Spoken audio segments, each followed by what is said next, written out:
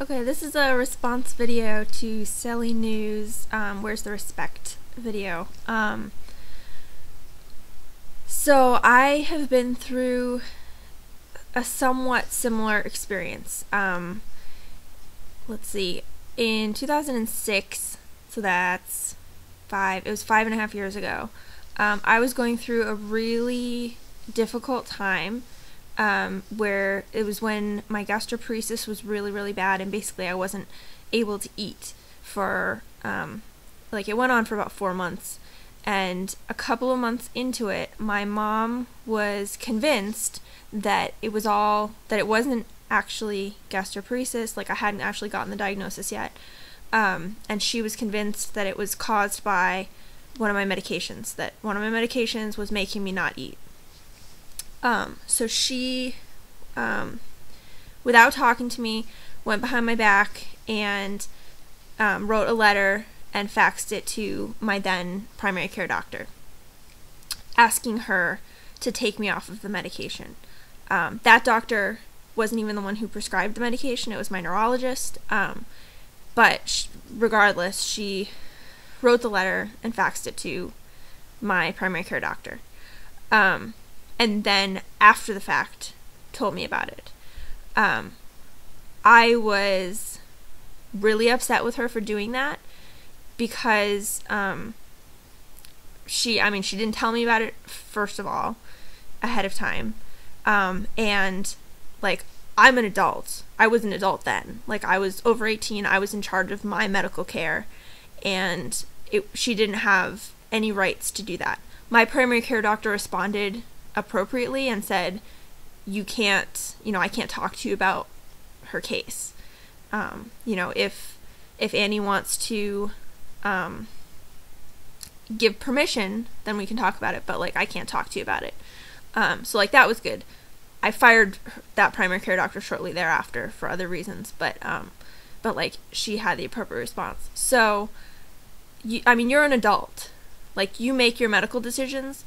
Your family, honestly, does not, unless you have specifically given them rights to talk to your doctor about your case and to get things prescribed for you, they don't have the right to do that. And I think maybe in your case you have given them permission, because I know that you've talked about them making phone calls to the doctor for you and stuff. And I know that I think my parents had made calls for one thing or another, to check on getting IV stuff set up or whatever, but to make that kind of call about your care without you being involved is really overstepping their rights. And I really think that, as hard as it is, it's one of the hardest things, I think, to be sick and dealing with all of that stuff, and then also have to, on top of that, deal with family drama and your family who's supposed to be there supporting you and really is doing what they, I think, believe is in your best interest and is best for you, but it's really hard to set boundaries and to say, look, I really need to do this other thing. I know that you think that this is what's best for me, but I know my body. I trust this doctor. I need to do what he says. And I need you to respect me, respect my decisions. That's really hard, but it's your body. You're the one who's sick. If they make a decision that's wrong for your body, they're not the ones that are going to suffer for it. You're going to suffer for it. Your body's the one that's going to have the problems from it.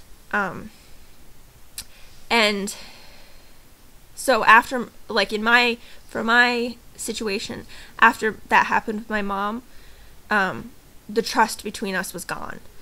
And I shut her out of my medical care for a while because I needed to do that. And I, at the time, was 23, and I was living at home. So, I let my dad be involved, but I didn't let my mom be involved. And I think I had already made a switch from having my mom come to my doctor's appointments to having my dad come, because I had realized that worked better for me. But I really needed to not have her be involved, because it was just, she was trying to control it too much, and I needed to really be the one that was in charge.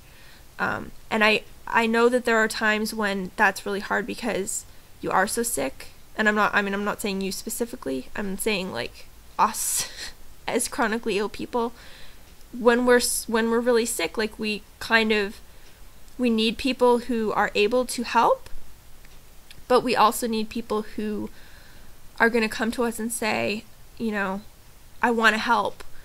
What is it that you need? Like, do you want me to call this doctor and do this? Or do you want to follow what this other doctor's telling you to do? Like, you need there to be trust between you, I guess, is what it boils down to.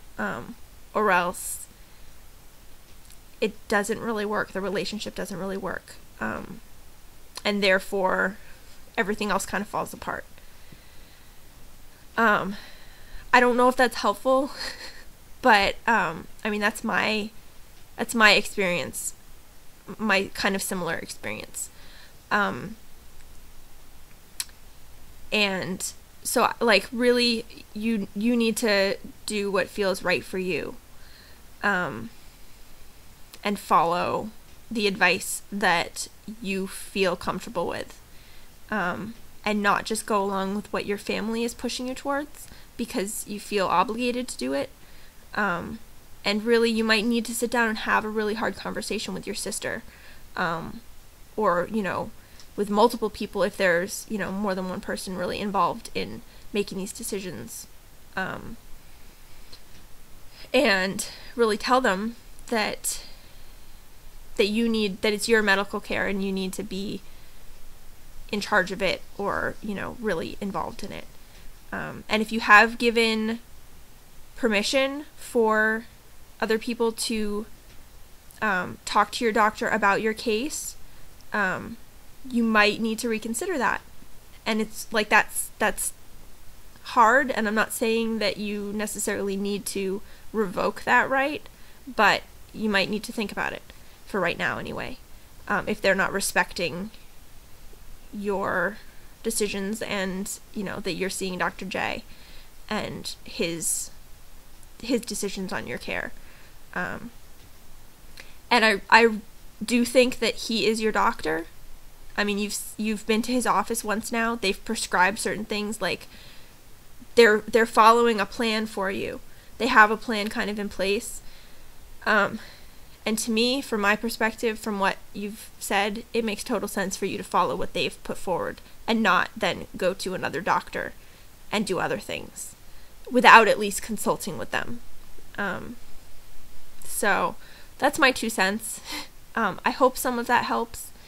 And then on a kind of a side note, I have been on Prozac